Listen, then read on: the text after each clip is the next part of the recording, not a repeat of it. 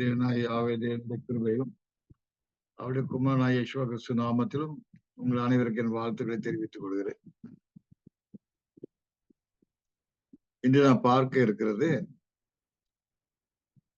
தேவ காரியங்களை செய்யும் போது அதனுடைய முறையின்படியே செய்ய வேண்டும். அதுதான் முக்கியமான ஒரு காரியம். அதை குறித்துதான் நாம் பார்க்க இருக்கிறோம் இல்லையா?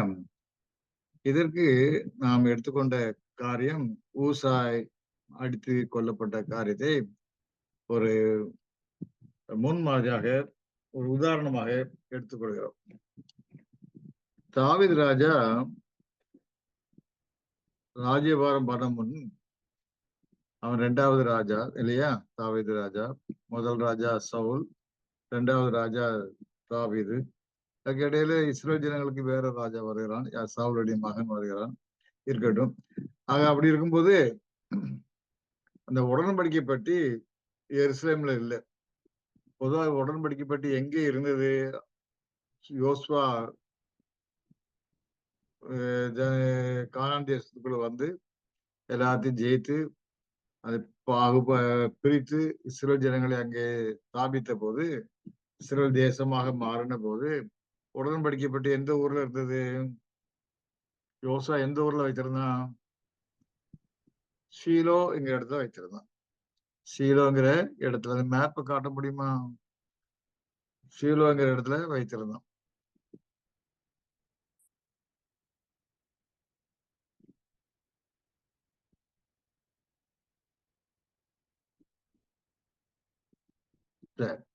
ஷீலோங்கிற இடம் பாக்குறீங்களா? ஷீலோ என்று போட்டிருக்கு, அது நீங்க பாக்குறீங்க.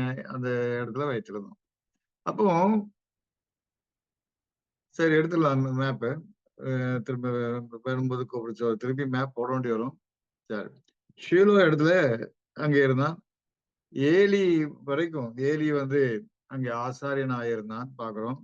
ஏலி சமயத்துல ஒரு யுத்தம் இஸ்ரேல் ஜனங்களுக்கும் பெலிஸ்தருக்கும் உண்டாயிற்று. இஸ்ரேலருக்கும் பெலிஸ்தருக்கும் உண்டாயிற்று. அந்த பெலிஸ்தருக்கு உண்டான யுத்தத்துல இஸ்ரேல் ஜனங்கள் தோற்கடிக்கப்படக்கூடிய நிலைக்கு வந்துட்டாங்க. அப்பொழுது என்ன யோசித்தார்கள் என்றால், உடன்படிக்கை பற்றியே எடுத்துக்கொண்டு போனால், யுத்தம் நடக்கிற இடத்துக்கு எடுத்துக்கொண்டு போனால், ஒருவேளை அவர்களுடைய விசுவாசத்தின்படி தேவன் நம்மோடு இருக்கிறார், உடன்படிக்கை பற்றி எங்க இருக்கோ அங்கே தேவனுடைய பிரசன்னம் இருக்கிறது, ஆகவே நமக்கு ஜெயம் கிடைக்கும் என்று நினைத்தார்கள். அதற்காக ஏலியின் பிள்ளைகள் இதை எடுத்துட்டு போறாங்க.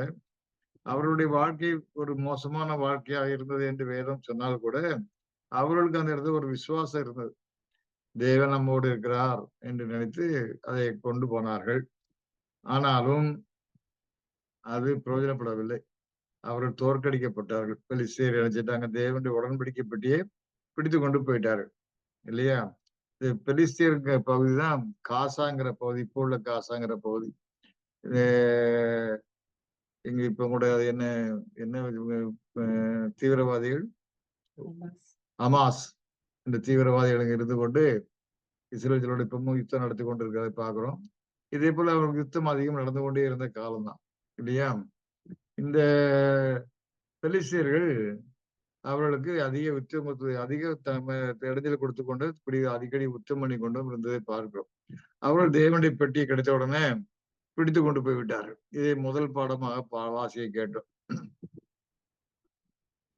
ஆக இந்த ஷீலோ இடத்துல இருந்து உடன்படிக்கை பற்றி நகர்த்தப்பட்டு போயிற்று. உடன்படிக்கை பற்றி அங்கிருந்து எடுக்கப்பட்டு போயிட்டு, அதுபடி உடன்படிக்கை பற்றி இப்ப எங்க வந்துட்டு அஸ்தோத் என்கிற பெலிஸ்தருடைய இடத்துக்கு வந்துட்டு, மேப் கொஞ்சம் போடுங்க திரும்பவும். அஸ்தோத்ங்கிற இடத்துக்கு வந்துட்டு,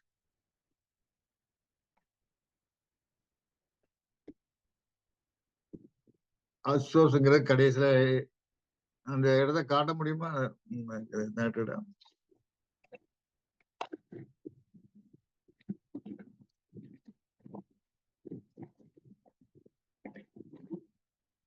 அஸ்தோத் இடத்துல வந்துட்டு, அது பெலிஸ்தருடைய இடம்.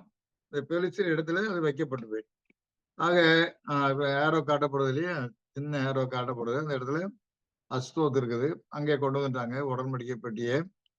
ஆக அந்த உடன்படிக்கை பெட்டி பிடித்தப்பட்டு அந்த உடன்படிக்கை பெட்டி அவங்க அஸ்தோத்துல உள்ள தாகோன் என்ற தங்களுடைய கடவுளுடைய ஆலயத்தை இவங்க வைத்தார்கள். இந்த கோயில்ல கொண்டு வைத்திருந்தார்கள். அதான் முதல் அதிகாரத்தை முதல் பாடமா வாசி கேட்டோம். அந்த தாகோன்ங்கிற சிலை விழுந்து கிடந்தது.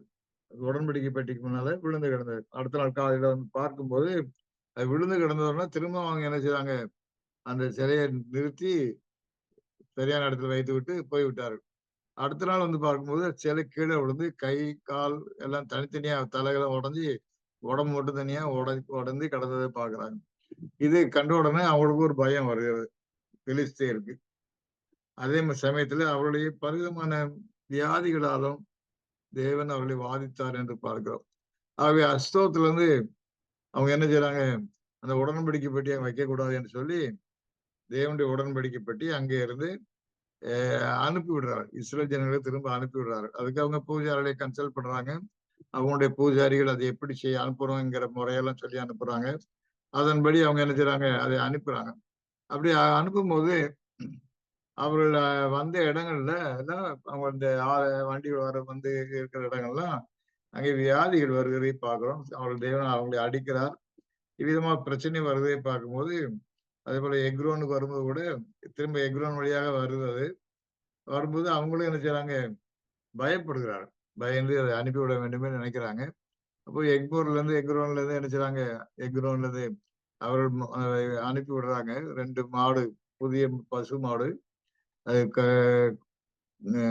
குட்டி போட்டு இருக்கிற மாடு. அந்த மாடை கொட்டியே அனுப்பக்கூடாது. ஆனா 2 மாடை புதுசா அனுப்பணும். புது வண்டியில ஒரு அவரை உடன்படிக்கை பற்றி வச்சு அனுப்பி, அது எங்க போகுதுன்னு பார்க்குறாங்க. பெர்ஷிமேசுக்கு போச்சுன்னா, தேவனால் வந்து நமக்கு நடந்த இந்த மூலவியாதி, தாகோன் கீழே விழுந்தது எல்லாமே கர்த்தரால் ஆனது என்று சொல்லி அவங்க புரிஞ்சுக்கிடுறாங்க. புரிஞ்சுக்கணும். அது வேற பக்கம் போச்சுன்னா, அது அதனால ஆகலை என்று அவங்களுடைய பிரதிக்ரியை பண்ணிக்கொண்டு அதை பார்த்து கொண்டு வராங்க. அது பெர்ஷிமேசுக்கு வருது. பெர்ஷிமோஸ் வந்தவுடனே அது இஸ்ரேல் பகுதியில் உள்ள பகுதி ஊர். ஆகவே பெர்ஷிமோஸ்காரங்களுக்கு ஒரே சந்தோஷம். உற்சாகமாய் வரவேற்றார்கள். உடன்படிக்கை பெட்டியை உற்சாகமாக வரவேற்றார்கள். அவர்கள் அந்த மாட்டையை பிடித்து பலி செலுத்தி அந்த வண்டியை பிறகாக உபயோகித்து அவர்கள் பலி செலுத்தி அந்த மாட்டை பலி செலுத்தி ஒரு பெரிய ஒரு தங்களுடைய சந்தோஷத்தை தேவனுக்கு காண்பித்தார்கள். அந்த ஊர்ல இருக்கும்போதுதான் அந்த உடன்படிக்கை பெட்டிக்குள்ள என்ன இருக்கு சொல்லி எட்டி பார்த்தார்கள் அநேகர். அப்படி எட்டி பார்க்கும்போது அது தேவனுக்கு பிரியமில்லாத காரியம், தவறான காரியம். ஆகவே தேவன் என்ன செய்தார், அவர்களை கொண்டு போட்டார். அது எத்தனை பேர் கொண்டாங்களாம், செத்து போனாங்களாம், யாராவது சொல்ல முடியுமா? கவனிச்சிங்களா வாசிக்கும் போது? சரி, 50,070 பேர் என்று போடப்பட்டிருக்கிறது. இந்த 50,070 பேருங்கிறது ஒவ்வொரு எழுத்துச்சுவடிகள்லையும் புராதன எழுத்துச்சுவடிகளும் கொஞ்சம் சற்று வித்தியாசமான நம்பர்லாம் இருக்கு. சிலது 5,000 இருக்கு, சிலது வேற விதமா இருக்குது. ஆனாலும் நமக்கு தமிழ் வேதாமத்தில் கொடுக்கப்பட்ட காரியம், ஆங்கில வேதாமத்தில் கொடுக்கப்பட்ட காரியம் 50,070 என்று சொல்லப்படுறதை பார்க்கிறோம். அத்தனை பேர் மாண்டார்கள். அப்போ அந்த பெர்ஷிமேஸ்ல இது நடந்த உடனே அவர்களுக்கு ஒரே பயம் என்று பார்க்கிறோம். உடனே அவர்கள் அதை உடன்படிக்கை பெட்டியை அனுப்பிவிட மனதாய் அங்கே அனுப்பி விடுறாங்க.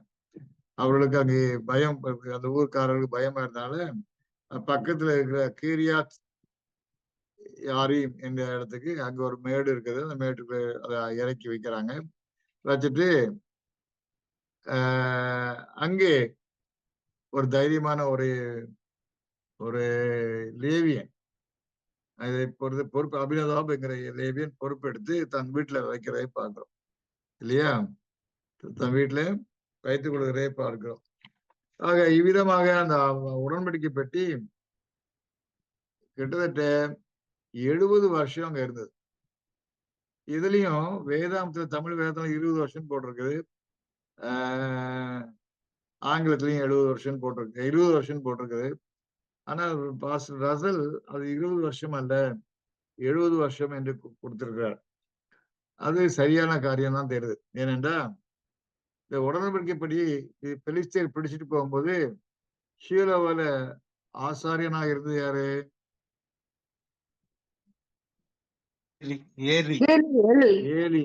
ஏலி இருந்தான். இப்போ ஏலி மரித்து அப்போ இந்த காரியம் நடக்கும்போது அங்க இப்ப ஆசாரியன் நீதி நியாயாதிபதியாக இருக்கிறது வந்து சாமுவேல். சாமுவேல் வந்து ஷீலோவில் இருந்த மாதிரி தெரியல. மிஸ்பாங்கிற இடத்துல இருக்கிறான். மிஸ்பால தான் இருந்து தன் காரியங்களை செய்து கொண்டு வருகிறான். ஷீலோவில் இருக்கிறான். இந்த காரியங்களை பெலிஸ்தீர் உடன்படிக்கைப்பட்டு கிட்டத்தட்ட 7 மாதங்கள் இருந்து சொல்லப்பட்டிருக்கு. 7 மாதங்கள் இல்லையா? ஒரு கிட்டத்தட்ட 20 வருஷம் என்று சொல்லும்போது இங்க எப்படி கணக்கிடப்படுகிறதுன்னா 70 வருஷம் எப்போ தாவீது ராஜா அந்த உடன்படிக்கை பெட்டி எடுக்க வரும்போது 70 வருஷம் என்ற கருத்துல நம்ம எடுக்கும்போது அது 70 வருஷமா தான் இருக்கணும். ஆனா அந்த அந்த 20 வருஷம் என்ன கருத்துல போடப்பட்டுன்னு தெரியல. ஆனால் அதை நாம எடுத்துக்கூட முடியாது. ஏனென்றால் சாமுவேல் காலத்துக்குள்ள அந்த பெட்டி வந்தது. அதுக்கு பிறகு சாவுல் எத்தனை வருஷம் ஆண்டிருக்கிறான்? சாவுல் யாரு? 40 வருஷம். 40 வருஷம் சவுல் ஆண்டம் இல்லையா? ராஜாக்கள் சாமுவேல் புத்தகம், ராஜாக்கள் நியாயாபதிகள், சாமுவேல் ராஜாக்கள் புத்தகம் நீங்க படிக்கணும். அது ஒரு சரித்திரம். அந்த சரித்திரத்துல சில டேட்டாலாம் முக்கியமான டேட்டாலாம் இருக்குது. படிக்கணும், படிங்க. 40 வருஷம் சவுல் ஆண்டிருக்கிறான். அது வரைக்கும் என்ன செய்யல? அந்த உடன்படிக்கை பற்றி தேடுவார் இல்லை. அப்புறம் தாவீது ராஜா ராஜ்யத்துக்கு வந்து கொஞ்ச நாள் பிறகுதான் தேடுதலை பார்க்கிறோம். அப்போ அது கணக்கிட்டு பார்க்கும்போது கிட்டத்தட்ட 70 வருஷங்கள் என்பது நியாயமான காரியம். அப்போ 70 வருஷம் தாண்டிதான் என்ன செய்யுது? அங்கேயே அதை எருசலேமுக்கு கொண்டு போக எத்தனிக்கப்படுகிறது இல்லையா? இது எப்படி வருது என்றால் தாவீது ராஜா ராஜ்யபாரம் பண்ணும்போது அவனுடைய ஆரம்ப ராஜ்ய காலம் யுத்தத்திலேயே சென்றது. அநேகரை அவன் சுற்றிலும் உள்ள இப்ப நம்ம இப்பவும் பாக்குறோம் இஸ்ரேல் ஜனங்களை சுற்றிலும் எப்பவும் போராட்டங்கள் இருந்து கொண்டே இருக்க பார்க்கிறோம். எடுத்துடலாம் அப்படின்னு அது சாட்டை எடுத்துருங்க. எருசலேம் சுற்றிலும் விரோதிகள் தான் இருக்கிறாங்க. யுத்தம் பண்ணி கொண்டேதான் இருக்கிறதை பார்க்கிறோம் இன்று வரை இல்லையா? அவன் துஷ்டனா இருப்பான் என்று சொன்னது போல இஸ்மவேலுக்கு கொடுக்கப்பட்ட வாக்கு தத்தம் அவன் துஷ்டனா இருப்பான். அது துஷ்டாவே இருக்கிறார்கள் என்று பார்க்கிறோம். அவன் தொல்லை கொடுத்து கொண்டே இஸ்ரேல் ஜனங்களுக்கு ஈசாக்கின் வீட்டாருக்கு தொல்லை கொடுத்து கொண்டே இருக்கிறதை பார்க்கிறோம். சரி, அதனால் ஆகவே தாவீது அவரோட யுத்தம் பண்ணி எல்லாவற்றையும் தன்னுடைய ஆட்சிக்கு கீழே கொண்டு வரவே பார்க்கிறோம். அது மட்டும் இல்லாமல் சவுல் மறித்த பின்பு இஸ்ரேலே அங்க எனக்கு 2 பிரிஞ்சிட்டு 10 கோத்திரங்கள் சேர்ந்த ஒரு ராஜா. அது சவுலுடைய மகன் அங்கே ராஜாவாகிறான். இங்கே 2 கோத்திரம் யூதாவும் பென்யமீனும். பென்யமீன் இப்பவும் யூதாவோட இருக்கும். பென்யமீனும் யூதாவும் ஒரு பகுதியாக அங்கே தாவீதை ராஜாவா வைத்திருக்கிறார். ஆனா அதிக காலம் சென்ற பின் அவர்களுக்குள்ளே சண்டை. இஸ்ரேல் ராஜாவுக்கும் யூத ராஜாவுக்கும் சண்டை அப்பவுமே இருந்துகிட்டு இருந்தது. அதுவும் ஒரு வழிவு முடிவுக்கு வந்து அதுக்கப்புறம் இஸ்ரேல் ஜனங்கள் யூத ஜனங்களோடு சமரசமாகி இஸ்ரேல் ஜனங்கள் தாவீதை தங்களுடைய ராஜாவாக ஏற்றுக்கொண்டார்கள். ஆக சமஸ்த இஸ்ரேலுக்கு தாவீது ராஜாவாக இருந்து ஆண்டு கொண்டு வர பார்க்கிறோம். அப்பொழுதும் அவனுக்கு என்ன ஒரு சமாதானம் வருகிறது. ஒரு ராஜபாரத் சமாதானம் என்றால் நாட்டில சமாதானம் வருகிறதை பார்க்கிறோம். நாட்டில சமாதானம் வருகிறதை பார்க்கிறோம். அப்பொழுது அவன் யோசிக்க ஆரம்பிக்கிறான்.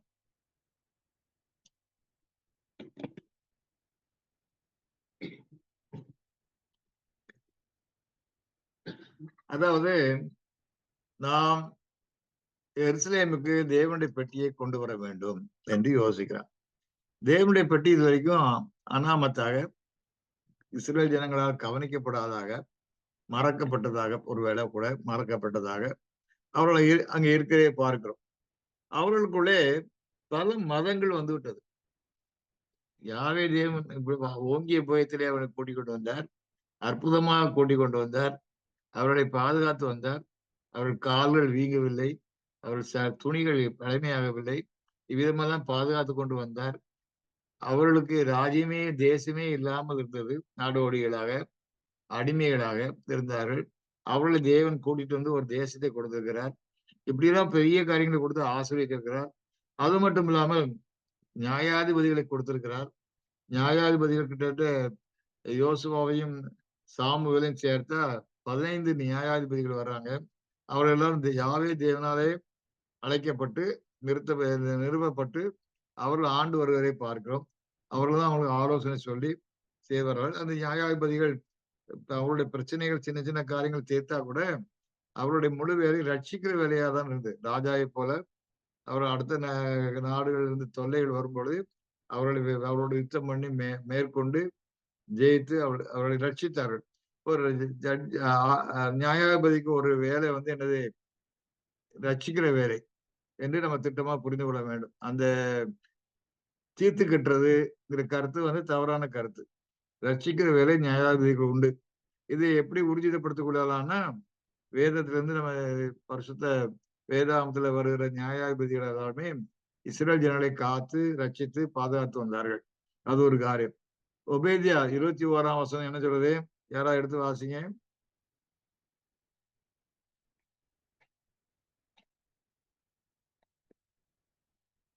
ஒபேதியா 21ஆம் வசனம். அது ஒரு அதிகாரம் தான் உண்டு. ஏசாவின் பர்வதத்தை நியாயம் தீர்ப்பதற்காக ரட்சகர்கள் சீயோன் பர்வதத்தில் வந்தேறுவார்கள். அப்பொழுது ராஜ்யம் இருக்கும். ஏசாவின் பர்வத்தை ரட்சிப்பதற்காக யார் வந்து இறங்குறா? ரட்சகர்கள் சீயோன் பர்வதத்தில் அப்போ அந்த ரட்சகர்களாக அவன் நியாயம் தீர்க்க வர்றாங்க. அப்படிதான் போட்டிருக்கு இல்லையா? ஒபதியா 21ல அப்போ ரட்சிக்கதான் வர்றாங்க. ரட்சிப்பு தான் நடக்குது. அவங்க நியாயம் தீர்க்க வர்றாங்க. ஆனா என்ன செய்யறாங்க? ரட்சிக்கிறார்கள் என்று பார்க்கிறோம். அப்போ அந்த காரியத்தை கவனிக்கும் போது நிச்சயமாக ரட்சகருடைய வேலை வந்து என்னதான் இருக்குது? ஜட்ஜஸுடைய வேலை என்ன இருக்கு? ரட்சிக்கிற வேலையாக இருக்கிறது என்று பார்க்கிறோம். ஏசாவின் பருவம் வந்து ஆயரோட ஆட்சி குறித்த காரியத்தை குறிக்கிறதா இருக்கிறது. மணவாட்டு சபையார் ஜட்ஜஸாக வர்றாங்க. யெஷுவா கிறிஸ்து தலைமையின் கீழே அவர் எதுக்காக வர்றாங்க? ரட்சிப்பதற்காக வருகிறதை பார்க்கிறோம். ஆக இப்படிப்பட்ட காரியங்கள் எல்லாம் பார்க்கும்போது வேதாந்தத்துல ஜட்ஜி என்பதற்கு அவர் ரட்சிக்கிற ஒரு வேலையை அவர்களுக்கு கொடுக்கப்படுறதை பார்க்கிறோம். அப்படி இருக்கையில தான் தேவன் அவர்களுக்கு ராஜா வேண்டும் என்று கேட்கும் போது வருத்தப்படுகிறார். ஏன்னா அவர் அவர் தான் எல்லாத்தையும் செய்துகிட்டு இருக்கிறார். இஸ்ரேல் ஜனங்களை பாதுகாத்து ரட்சித்து போதித்து வழிநடத்திக்கிட்டு வரும்போது அவர்களுக்கு பூமியில தங்களுக்கு ஒரு ராஜா இருந்து ராஜா தான் அந்த ராஜா தங்களை ரட்சிக்கணும் என்று நினைக்கும் போது அது தேவனுக்கு மிகவும் விசனமாக இருந்தது என்று பார்க்கிறோம். அது சாமுவேலுக்கும் விசனமாக இருந்தது என்று பார்க்கிறோம். அது தேவன் சாமுவேலை பார்த்து அவன் என்னதான் புறக்கணிச்சா, நீ ஏன் கவலைப்படுறங்கிறாரு. அப்படிப்பட்ட நிலையில சாமுவேலும் வேதனைப்பட்டு கொண்டுதான் பார்க்கிறோம். அப்படிப்பட்ட காலங்கள்லாம் தேவன் ஓங்கிய புயத்தெல்லாம் நடத்தி கொண்டு வந்திருக்கையில் அவர்கள் என்ன செய்வாங்க? அநேக தேவர்களை வணங்கி கொண்டிருந்தார். அது என்னமோ ஒரு வியாதி தேவனுடைய பிள்ளைகளுக்கு மற்ற தேவர்களை வணங்க வேண்டும் என்ற ஒரு வாஞ்சை இருக்கிறது பார்க்கிறோம் இல்லையா?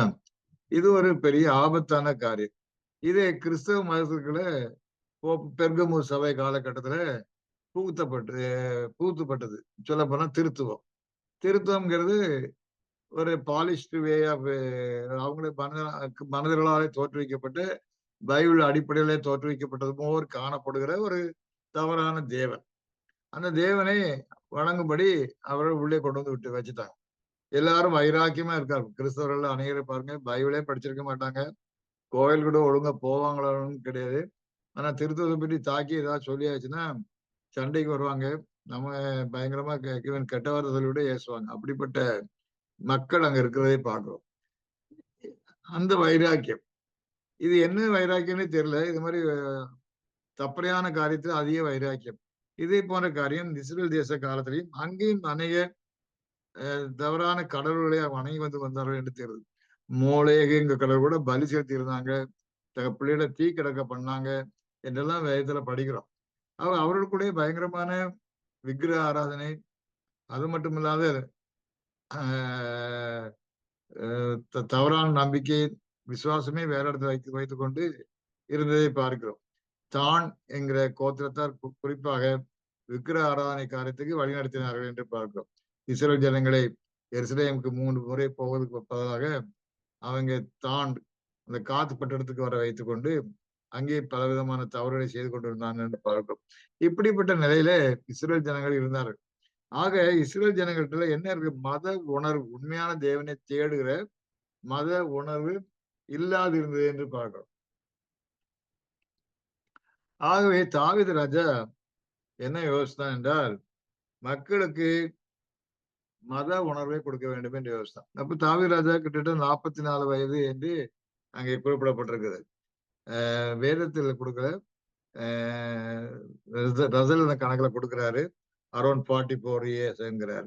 சரி, அவன் என்ன யோசிச்சானா, முதல்ல peace, permanent peace, last peace, last everlasting peace இருக்கணும்னா முதல்ல தேவனை தேடி ஜனங்கள் வழிபட வேண்டும். அது மட்டும் இல்லாமல் அந்த ஜனங்களுக்கு என்ன இருக்கணும்? ரிலிஜியஸ் கண்டிஷன், அதாவது மத சம்பந்தமான அறிவு வேணும், பக்தி வேணும். ஆக இப்படிப்பட்ட ஒரு காரியத்தை கொடுக்க வேண்டும்.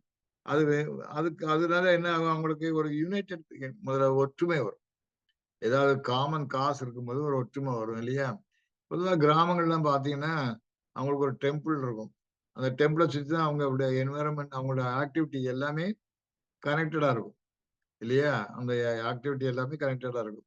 இப்போ நம்ம கிறிஸ்தவ கிராமங்களும் உண்டு. திருநெல்வேலி பக்கம்லாம் முழு கிறிஸ்தவர்கள் இருப்பாங்க. அங்க இப்பதான் 1-2 இந்துக்களும் அந்த முழு கிறிஸ்தவ ஊருக்குள்ள நுழையுது. இப்ப நாசிரியத்துங்கிற ஊர்ல எல்லாம் ஒரு காலத்துல இந்துஸே கிடையாது, முழு கிறிஸ்டின்ஸ் அவ்வளவு பேரும். அந்த கோயிலை சுத்தி தான் சகல ஆக்டிவிட்டியும் இருக்கும். எல்லாரும் ஏகோபித்து அதை வணங்கி கொண்டு, அதை யேசுவா கிறிஸ்துவை வணங்கி கொண்டு இருப்பாங்க. ஆக இப்படிப்பட்ட அநேக ஊர்கள் உண்டு. அவன் அந்த காரியத்தை குறித்து, அந்த ஆலயம் என்பது, அந்த கடவுள் வழிபாடு என்பது ஒரு முக்கியமான ஒரு யுனைட்டிங் ஒரு ஃபேக்டரா இருந்தது. எல்லாரையும் ஒன்றாக இணைக்கிற ஒரு காரியமா இருந்ததுன்னு பார்க்கிறோம். அது மட்டுமல்ல, அவர்களுக்குள்ள ஒரு சமாதானம். ஏன்னா அந்த ரிலிஜியஸ் காரியங்கள் தான் அவங்களை கட்டுப்பாட்டுக்குள்ள வைக்கும். ஒரு தகராறு வந்தா கூட எல்லாருக்கும் அவங்க நினைக்கிறது நீதியா காணப்படும். ஆனா அந்த ரிலிஜியஸ் காரியங்கள் உள்ளவங்க ஒரு கட்டுப்பாட்டுக்குள் அதை ஒரு ஸ்டாண்டர்டா தூக்குநூலா வைத்து ஒரு சமாதானத்துக்கு வந்து சமாதானமாக வாழ்ப்பார்கள். மேலும் அது நிச்சயமாக குறிப்பாக யாவே தேவனுடைய காரியங்கள்ல வழிபடுறவங்களுக்கு அது பெரிய ஆசீர்வாதமாக இருக்கும் என்று பார்க்கிறோம். ஏன்னா தேவனுடைய வாக்குத்தத்தம் இருக்குது. அவரை வழிபட்டால், அவருக்கு கீழ்ப்படிந்தால், அவருக்கு செவி கொடுத்தால் நிச்சயமாக ஆசீர்வாதம் உண்டு என்று பார்க்கிறோம். ஆக அவர்கள் தங்கள் சொந்த இதயத்திலையும் சொந்த மனநிலையிலையும் என்ன செய்யணும்? தேவனுக்கு ஃபெய்த்ஃபுல்லா, யாவே தேவனுக்கு விசுவாசம் உள்ளவர்களாக இருக்கவும், அவருடைய வெளிச்சம் ரட்சிப்புக்கு ஏற்றாவது நடத்தப்பட்டு அந்த ரட்சிப்பின் வெளிச்சமாக இருக்க வேண்டும் என்றும், அது மட்டும் இல்லாமல் அவங்களுடைய ஆட்டிடியூட் எப்படி இருக்கணும்?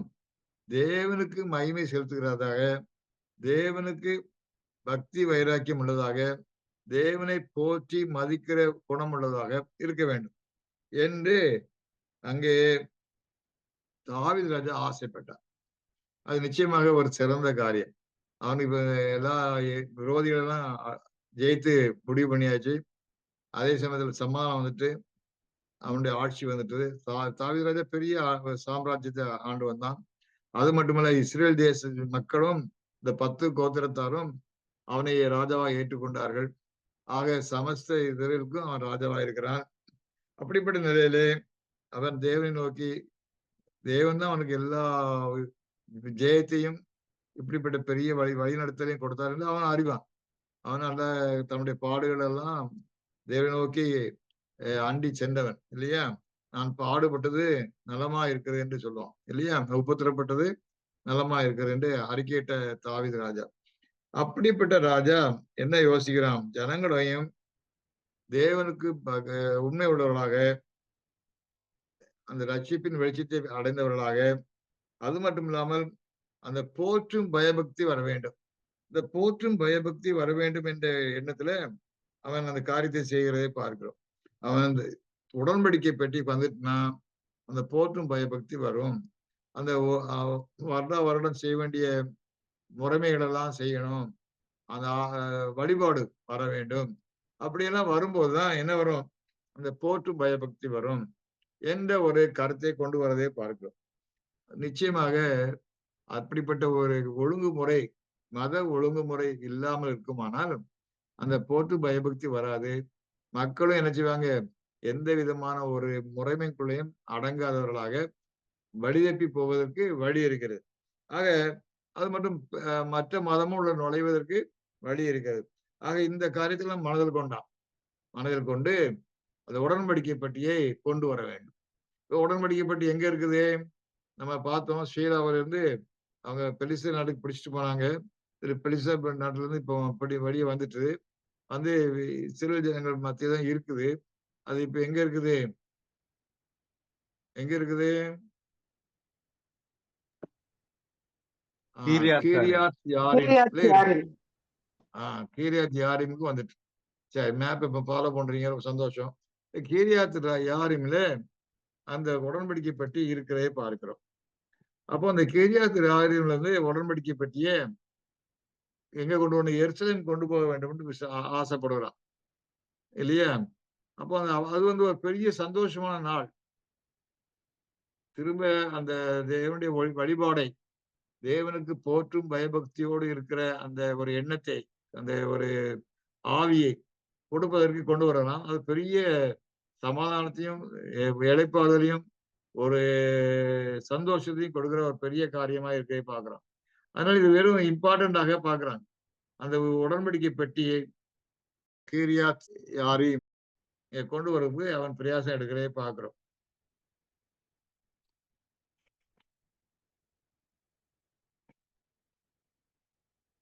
அதை கொண்டு வர்றதுக்கு அவன் என்ன செய்யறான்? ஒரு மாட்டு வண்டியை உண்டாக்குறான். ஒரு மாட்டு வண்டியை உண்டாக்கி மாடை அதை எடுத்துட்டு போகும்படி செய்யறான். இந்த கீரியாத் ராமில அங்க இருக்கிற அவன் ஒரு லேவியன் தான் வச்சிருக்கான். அந்த கீரியாத்துல நான் ஏற்கனவே சொன்னேன், ஒரு தைரியமான லேவியன் தன்னுடைய வீட்டுல வைத்துக் கொள்கிறான். என்னென்றால் பெர்ஷிமெஸ்ல என்ன ஆயிப்போச்சு? அநேகர் செத்து போயிட்டாங்க. 50,070 பேர் செத்து போயிட்டாங்க. அது எட்டி பார்த்ததுனால, உடன்படிக்கை பெட்டிக்குள்ள எட்டி பார்த்ததுனால. அதனால அந்த பயத்துல எல்லாரும் இந்த உடன்படிக்கை பெட்டியை வைத்துக் கொள்ள கூட முன் வரல. அப்போ அந்த கீரியாத் யாரீமில் உள்ள அபினதாப் தன் வீட்டிலே வைத்துக் கொள்ள முன் வந்து அதை கொண்டு போறான். அபினதாப் ஒரு லேவியன். அவன் வந்து மெராரி லேவியன் என்று சொல்லப்பட்டிருக்குது. மெராரி லேவியன் என்று படிச்சிருக்கோம் இல்லையா? கோகாத்தி லேவியர், மெராரி லேவியர். அடுத்தது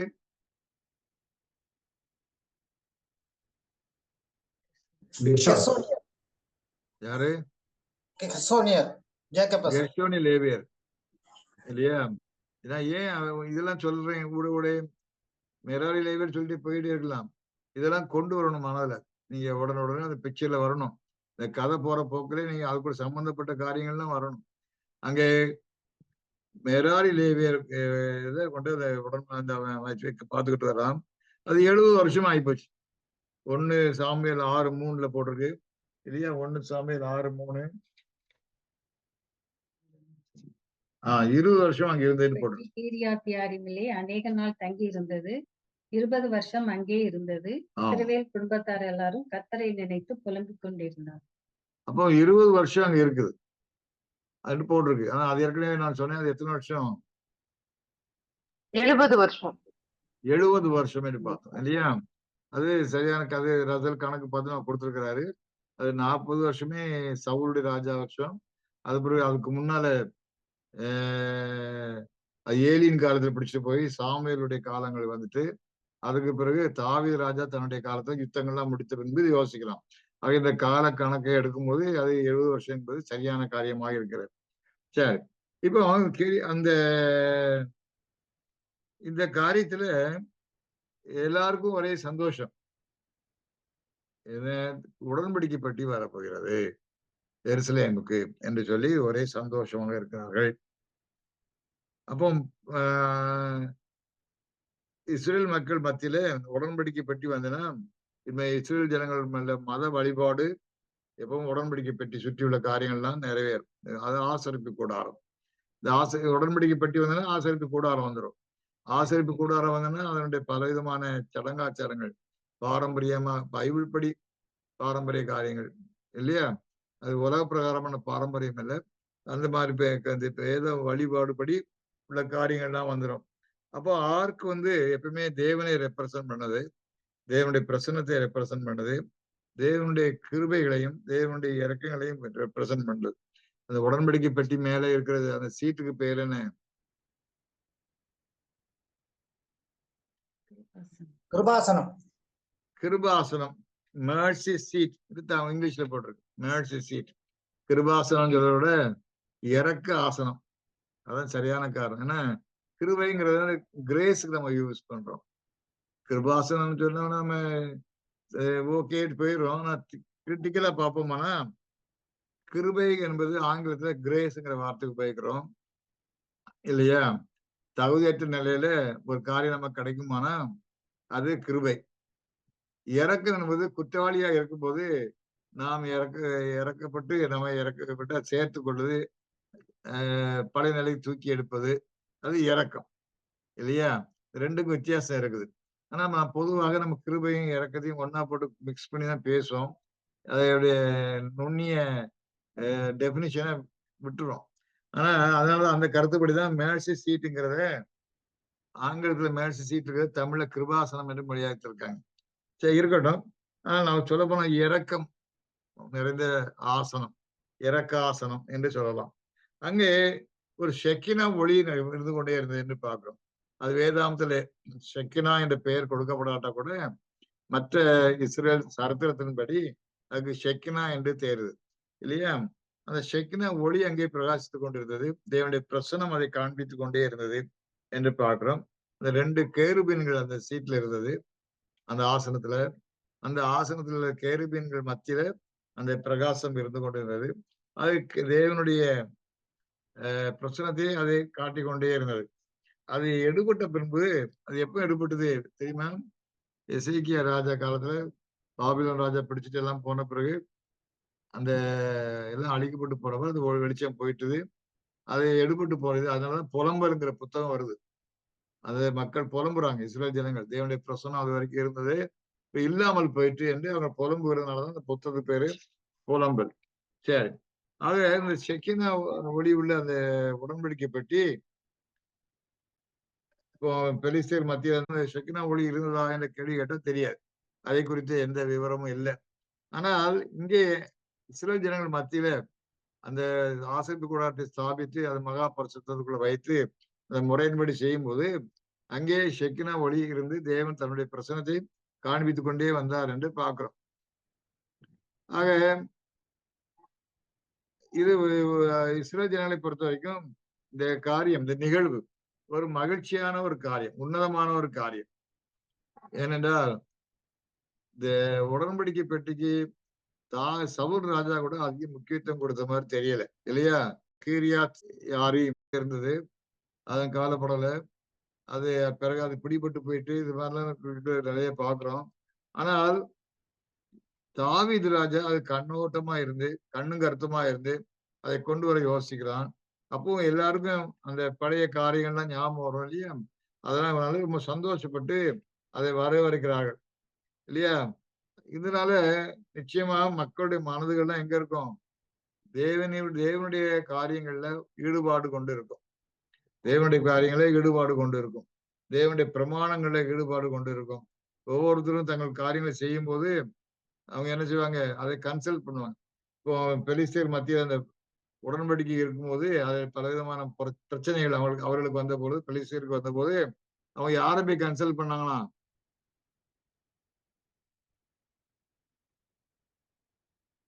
குறி சொல்லுகிறவர்கள், பூசாரிகள், பூஜாசாரிகள் என்று போட்டிருக்கு இல்லையா? அப்போ அவங்க கடவுள்ல போய் கடவுளுக்கு வழிநடத்துற அந்த ஆசாரியர்கள், பூஜாசாரியர்கள் அவங்கள போய் கன்சல்ட் பண்ணி அவங்க சொன்னபடி செய்யறாங்க. அது எவ்வளவு தூரம் சரி தெரியாது. ஆனால் அந்த உடன்படிக்கை பற்றி வந்து சேருது இல்லையா? அது தேவன் சம்டைம்ஸ் அப்படியும் உபயோகிக்கிறார். உடன்படிக்கை பற்றி இஸ்ரேல் மக்கள் வருவது மத்தியிலே சேர்களை பார்க்கிறோம். இங்கேயும் அப்படின்னா நம்ம யாவே தேவன் பிரசன்னத்தை அடையாளப்படுத்துகிறேன் இந்த ஆசிரியப்பு கூட இருக்குமானால் நிச்சயமாக மக்கள் என்ன செய்வாங்க, தங்கள் பிரச்சனை மத்தியில் இங்கேதான் ஓடி வருவாங்க. இங்கே வந்து தங்கள் பிரதிக்கணியை அறிக்கையிடுவார்கள். கட்டாயம் அந்த பிரமாணங்களை அவங்களுடைய பண்டிகைகள்லாம் நியாயப்பிரமாண காரியங்களை படித்து அதை புரிந்து கொள்வதற்காக வருகிற காரியங்களா இருக்கும். அப்படி தங்களை ஃப்ரெஷ் அப் பண்ணி கொண்டு எழுப்புதல் உண்டாக்கி கொண்டு போவதற்காக வருவார். அப்ப அப்படிப்பட்ட காரியத்தை ராஜா எடுத்து ஆரம்பிச்ச உடனே அங்கே 30,000 பேர் அவனோடு கூட வருகையை பார்க்கிறோம் இல்லையா? 30,000 பேர் அவனோடு தேர்ந்தெடுக்கப்பட்ட 30,000 பேர் அங்கே வருகையை பார்க்கிறோம். ஆனா இந்த காரியத்துல தாவீது எல்லாத்தையும் ஆயத்தப்படுத்தினான், விசேஷமா செய்தான். ஆனால் அது எப்படி கொண்டு வர வேண்டும் என்று அவர் யோசிக்கவில்லை. எப்படி அதை கொண்டு வர வேண்டும் என்று யோசிக்கவில்லை. அவனுக்கு அதை பற்றி தெரியல இல்லையா? ஆக அந்த நிலையில அவனுக்கு முழு நோக்கம் கொண்டு வர வேண்டியதிலே இருந்ததே தவிர அது எப்படி கொண்டு வர வேண்டும் என்று அவன் யோசிக்காது இருந்துட்டான். அப்போ தேவனுடைய காரியங்களை தகுதியாய் அதை தேட வேண்டும். அது ஒரு முக்கியமான ஒரு காரியம். அநேக சமயங்கள்ல நாம வந்து தகுதியாக தேடுவது கிடையாது. பாரம்பரியத்தை என்று உள்ள வைப்போம். பாரம்பரியம் இல்லையா? தேவனுடைய கற்பனைகளை அவமாக்குகிறார் என்று வேறு யேசுவா கிறிஸ்து சொல்லுகிறார். இது சீஷர்களை பார்த்து அவங்க என்ன செய்றாங்க, பாரம்பரியத்தை மீறுகிறார்கள் என்று குற்றம் அடிக்கிறாங்க. யேசுவா கிறிஸ்து என்ன சொல்றாரு, நீங்க பாரம்பரியத்துக்கு முக்கியத்துவம் கொடுத்து தேவனுடைய கற்பனையை மீறுகிறீர்கள், தேவனுடைய கற்பனையை அவமாக்குகிறீர்கள் என்று மத்தேயு 15 4, 5, 6 படிச்சீங்கன்னா வரும். மத்தேயு 15 4, 5, 6. ஆக பாரம்பரியத்துக்கு அவர்கள் முக்கியத்துவம் கொடுக்கிற மக்களாக நாம் ஆயிருப்போம். அநேக சமயங்கள்ல பாரம்பரியம் தான் நமக்குள்ள ஆண்டு கொண்டு இருக்கிறது. ஆனால் தேவனுடைய காரியம் என்னன்னு பார்த்து பாரம்பரியத்தை புறந்தள்ளவர்களாக தைரியமாய் புறந்தள்ள வேண்டும். இது ஒரு பெரிய கடுமையான ஒரு கஷ்டம். நம்முடைய அன்றாட வாழ்க்கையில தேவனுடைய திட்டம் என்ன என்று பார்த்து அதை செய்ய வேண்டும் இல்லையா? இப்போ சிறு பிள்ளைகளுக்கு ஞானஸ்தானம் கொடுக்கிற ஒரு காரியம் முக்கியமாக பாரம்பரியமான காரியம். அது ஒரு தவறான காரியம். ஞானஸ்தானம் கொடுக்கிறது இல்லையா? அது திட்டமா நமக்கு தெரியும். ஞானஸ்தானம் என்பது அந்த இண்டிவிஜுவல் கிறிஸ்துவை ஏற்றுக்கொண்டு தான் பிரதிஷ்டை பண்ணி அவருக்காக வாழ்வேன் என்று சொல்லி தன்னை ஒப்பு கொடுத்து அதை தான் நீரிலே அடையாளப்படுத்த வேண்டும்.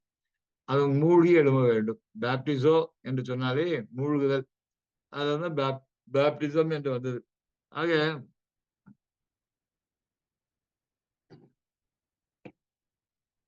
ஆனால் பாரம்பரியம் என்ன சொல்லுது, தண்ணி தெளிச்சா போதும். சின்ன குழந்தையா இருக்கும் போதே பிறந்து சில காலங்களிலே கோயிலுக்கு கொண்டது அதை பெயர் சுற்றுறது. உண்மையாவே சொல்லப்போனா கிறிஸ்டனிங் சர்வீஸ், கிறிஸ்தவ குடும்பத்துல அது ஏற்றுக்கொள்ளப்பட்டு அதுக்கு கிறிஸ்டனிங் சர்வீஸ் பண்றோம். அது கிட்டத்தட்ட விருத்து செய்யற மாதிரி அவங்க பண்ணி இஸ்ரேல் குடும்பத்தோட சேர்த்துக்கிட்டாங்க இல்லையா? அதே போல செய்யறாங்க இவங்க. ஆனால் அது கிறிஸ்டனிங் சர்வீஸ் தான். அதை பேப்டிசம் என்று சொல்லி அதை உபயோகிக்கிறதை பார்க்கிறோம். பேப்டிசம் சர்டிபிகேட் சொல்லி அந்த பேப்டிசம் சர்டிபிகேட் சொல்லி வாங்குறாங்க. இது அநேக இடங்களில் இருக்கிறதை பார்க்க தவறான ஒரு காரியம். ஆனால் பாரம்பரியம் என்று செய்ய சொல்றாரு இல்லையா? இப்போ ஜாதி முழுவதையும், இஸ்ரேல் ஜாதி முழுவதையும் அவ்விதமாக தேவனுக்குள்ளாக கொண்டு வந்து வழிநடத்த வேண்டும் என்றால் அது பெரிய ஒரு காரியம் நடத்த வேண்டும். தாவீது ராஜா அவர்கள் எல்லாம் அதற்காக நம்ம இவ்வளவு எஃபோர்ட் எடுக்கிறதை பார்க்கிறோம். பாரம்பரியத்துக்கு முக்கியத்துவமே கொடுக்க கூடாது. அது மட்டும் இல்லாமல் உலக ரீதியிலும் சில காரியங்களை செயல்படுத்த முனையக்கூடாது. அது ஒரு தவறான காரியமா இருக்கு. இப்போ சுவிசேஷம் என்று சொல்லி அநேகர் ஊழியம் பண்றாங்க. அந்த காலத்துல இருந்து சோசியல் ஒர்க்கையும் உள்ள கனெக்ட் பண்ணிட்டாங்க இல்லையா? சோசியல் ஒர்க்கையும் உள்ளே சேர்த்துட்டாங்க. அநேகர் வந்து கிறிஸ்டினா இருக்கிற காரியம் வந்து அந்த முற்பிதாக்கள், நம்மளுடைய கிறிஸ்தவ முற்பிதாக்கள், ஆபிரகாம், ஈசாக்கு, யாக்கோபை சொல்லல, நம்முடைய முற்பிதாக்கள் ஒரு ஆதி காலத்துல அநேக கிறிஸ்தவர்கள் பெற்றோர்கள் இருந்தாங்கன்னா அவங்க கிறிஸ்டினான காரியங்கள் வந்து அவர்கள் கொடுத்த சில சலுகைகள் இல்லையா? அது அவர்கள் கொடுத்த சில பொருட்கள், இப்படிப்பட்ட சில காரியங்களாலே ஈர்க்கப்பட்டு கிறிஸ்டினா இருக்கலாம் இல்லையா? அதான் இந்துக்களோட இப்ப பேசுவாங்க, ஏதோ பணம் கிடைக்கும் அவங்களுக்கு அல்லது அவங்களுக்கு ஏதோ சில சலுகை கிடைக்குது, ஆகவே கிறிஸ்டினா இருக்கிறாங்க என்று கூட சொல்லுவாங்க. இந்த முறைகள் எல்லாம் யஷ்வா கிறிஸ்துவிட்டு வழிநடத்துகிற முறைகள் அல்ல. இது இப்படிப்பட்ட முறையை தகுதியான முறையில் தேடப்படுதல் கிடையாது. தகுதியான முறையில தேடப்படுதல் கிடையாது இல்லையா?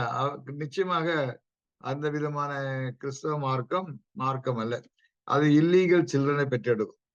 கத்தோலிக்கர்கள் அநேக விதமான, நீ சிலை வணங்கு, நானும் சிலை வணங்குறேன், நீ சப்பரம் தூக்குறேன், நான் சப்பரம் தூக்குறேன்.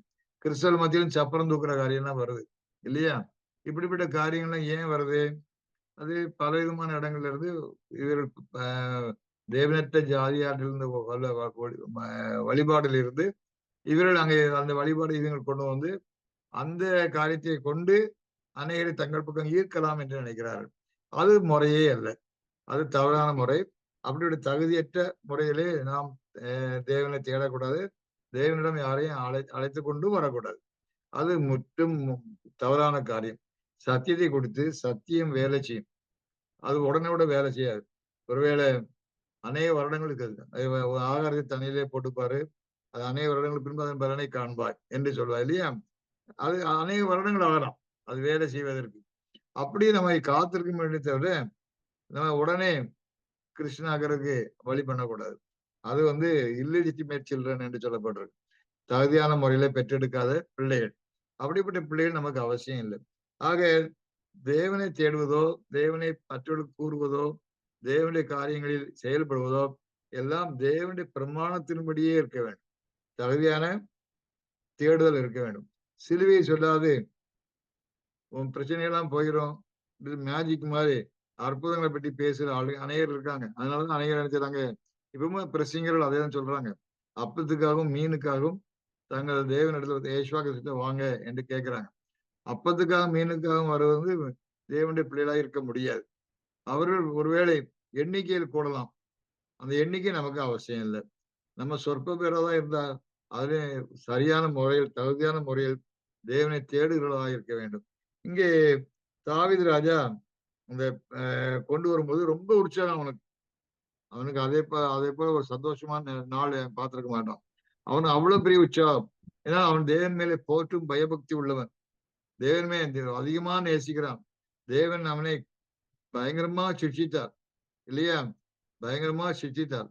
ராஜாவாக அபிஷேகம் பண்ண பிறகு கூட தெள்ளு பூச்சியை போல வேட்டையாடப்பட்டான் சவுல் ராஜாவால. இப்படிப்பட்ட காரியங்கள்லாம் இருந்தா கூட அவன் தேவன் மேல் அதிகம் பற்றுதல் உள்ளவனாய், நண்புள்ளவனாய், அவரை அதிகமாக போற்றி மதிக்கிறவனாய் இருந்தான். அப்படிப்பட்ட நிலையில் இருக்கிற தாவீது ராஜா இதுல ரொம்ப சந்தோஷப்படுகிறார். அதனால 30,000 பிரதானிகளை, முக்கியமாக தேர்ந்தெடுக்கப்பட்ட பிரதானிகளை, கோத்திர தலைவர்களை கூட்டிக் கொண்டு அதை அந்த உடன்படிக்கை பெட்டியை கொண்டு வர வேண்டும் என்று போகிறதை பார்க்கிறோம். ஆக இந்த லீடர்ஷிப் காரியத்துக்கு அவன் செய்த பெரிய காரியம், தன்னோடு பகிர்ந்து கொள்ள அந்த கோத்திர தலைவர்களையும் அந்த பிரதானிகளையும் கூட்டிட்டு போறதை பார்க்கிறோம். ஊழியம் என்று சொன்னா நடத்துக்கிறவங்க எல்லாரையும் உற்சாகப்படுத்தி ஊழியம் செய்ய வைக்க வேணும். அதான் முக்கியமான ஒரு காரியம். அநேக சபைகள்ல அந்த பாஸ்டர்கள் மற்றவர்களுக்கு அதிக முக்கியத்துவம் கொடுக்கவே மாட்டாங்க. தாங்கதான் முற்றிலும் ஆண்டு கொண்டு இருப்பார்கள். தங்களுக்குள்ளாக எல்லாரும் அடங்கி இருக்க வேண்டும் என்றே நினைப்பார்கள். ஏன்னா ஒருத்தர் முக்கியத்துவம் கொடுத்தாச்சுன்னா அங்க பிரிஞ்சு போயிடும். அங்கே சாதாரண கிரியை செய்து அது உடஞ்சி போறதுக்கு வழி உண்டு. ஏன்னா அவங்களுக்கும் அறிவு வருது, அவர்களுக்கும் திறமைகள் வருது, அவர்களுக்கும் ஒரு ஒரு ஒரு ஸ்தானம் சகோதரர்கள் மத்தியில கிடைக்குது. ஆக அவர்களுக்குள்ள உடனே என்ன வந்துடும், நான் மிஞ்சினா அவர் மிஞ்சினா இப்படிப்பட்ட போட்டிகள் வரும். அது உடையிறதுக்கு வழி உண்டு. ஆனா அப்படி இருக்கக்கூடாது.